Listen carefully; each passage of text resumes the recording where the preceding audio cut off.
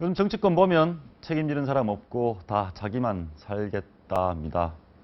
물론 비관적인 상황이었겠지만 이렇게 얘기했습니다. 배와 함께 가겠다. 어떤 심정이었을까요? 김계환 선장이죠. 김계환 선장인데요.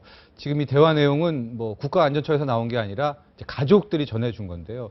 직전에 그 조업 중 같이 옆에서 조업하고 있었던 이제 육구 오양호 선장, 뭐 형님이었던 것 같아요. 친한 형이었던 선장한테 전화를 걸었다고 합니다. 그래가지고 형님 저는 배와 함께 가야 할 것 같습니다. 그런데 형님에게는 먼저 하직 인사를 올립니다. 그리고 만에 하나 제가 탈출하게 되면은 형님이랑 같이 소주 한잔 하고 싶습니다. 라는 얘기를 아주 단호한 목소리로 했다고 이제 그 동료 선장이 전해줬습니다. 당시는 이제 매우 본인 그 선장 판단은 참 비관적인 어려운 상황으로 판단을 한 거네요. 그러니까 어제도 저희가 말씀드렸는데 이게 세월호 사건이랑 오룡호 사건이 여러모로 비슷하다고 제가 말씀드렸잖아요. 오룡호와 세월호가 비슷하다. 예. 그러니까 뭐 무슨 뭐 퇴석 명령 늦게 내렸다는 것도 그렇고 배의 어떤 개조라든지 연한이 오래됐다. 여러 모저로 닮았는데 틀린 게 딱 하나 있는 거죠. 선장이 틀린 거죠. 이 오룡호에는 진짜 김계환 선장 같은 분이 계셨던 것이고 세월호는 잘 아시다시피 이준석 선장이 있었던 것이고 어쨌든 그 선장이 끝까지 이제 배를 지키라고 하는 게 선원들 사이에서는 뭐 이렇게 그 선장의 어떤 의무라고 그래야 되나요? 도덕적인 의무라고 하고 있는데 이 오룡호 선장의 어떤 이런 또 숭고한 모습에 참 고개가 절로 숙여지네요. 예. 이것을 그 우리가 알고 있는 배 침몰 사건이 또 큰 게 또 천안함 폭침 있지 않습니까? 예, 있었죠. 천안함 폭침에서 그 천안함 함장의 상황과 세월호 선장의 상황 그리고 이 오룡호 선장님의 상황이 사실 많이 대비됩니다.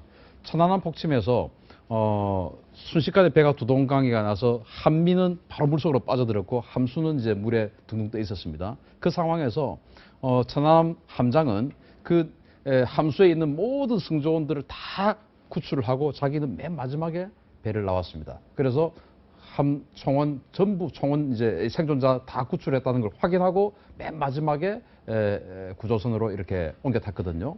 그런데 세월호는 그러지 않았죠. 제일 먼저 나왔죠.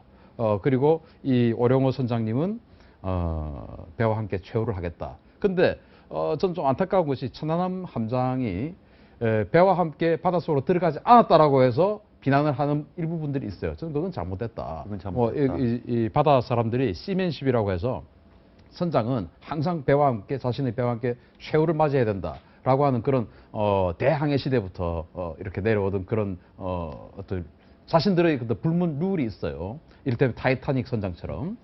그런데 이제 천안함 함장을 그렇게 하지 않았다라고 해서 비난하는데 저는 그렇지 않다고 봅니다. 천안함 함장은 제일 마지막에 모든 승조원들을 구하고 제일 마지막에 나왔기 때문에 훌륭했다고 생각합니다. 이번이 오룡호 사건에서 이제 사조 산업에 또 하나의 비난의 화살이 갈 수밖에 없는 게 이제 통화 시간을 좀 봤거든요.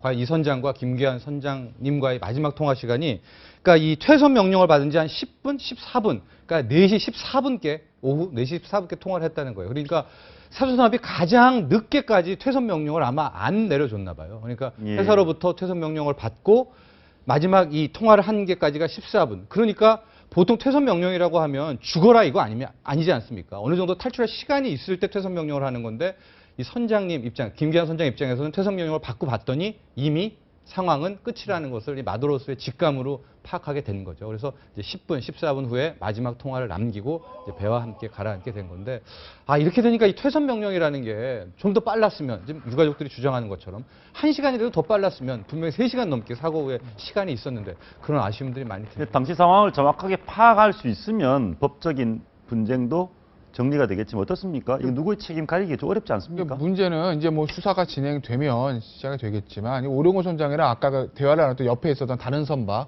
그 선박과 교신 내용들이 있어요. 이제 우리도 뭐 세월호 때도 VTS랑 교신한 그런 내용처럼 이 사건에도 그 교신 내용들이 있는데 그거를 지금 사조산업 중에서 공개하지 않고 있다는 거거든요. 아까 그 리포트 보셨지만 사조산업 이사는 뭐 유가족들한테는 줬다라고 얘기는 하는데 어찌됐든 언론이나 이런 부분에 그걸 공개를 하지 않고 있었기 때문에 그래서 말씀하신 대로 사조산업의 퇴선 명령이 늦은 건 아니냐, 사조산업이 그 배를 지키기 위해서 좀 더 무리한 걸 요구한 거 아니냐라는 어떤 의혹들이 있는 것이고 사조산업이 그걸 아직 명쾌하게 밝히고 있지 않기 때문에 의혹이 증폭되고 있는 것이죠. 알겠습니다.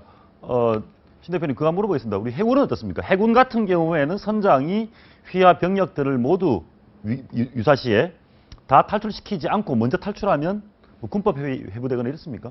있을 수 없는 일이죠. 아마 아무도 상상하지 않을 겁니다. 아무도 그렇게 안 한다. 네, 그 천안함 함장도 그 수병들 제일 막내 수병까지 다 탈출시키고 자기가 맨 마지막에 이렇게 올라와서 신고를 했음에도 불구하고 살아 돌아왔다고 비난을 받았습니다. 그런데 세월호 선장처럼 자신이 먼저 이렇게 올라탔다. 그 있을 수 없는 일이고 만약에 그렇게 되면 군법회의에 가서 그게 전시라면 총살당할지도 모릅니다. 총살당할 수 있다.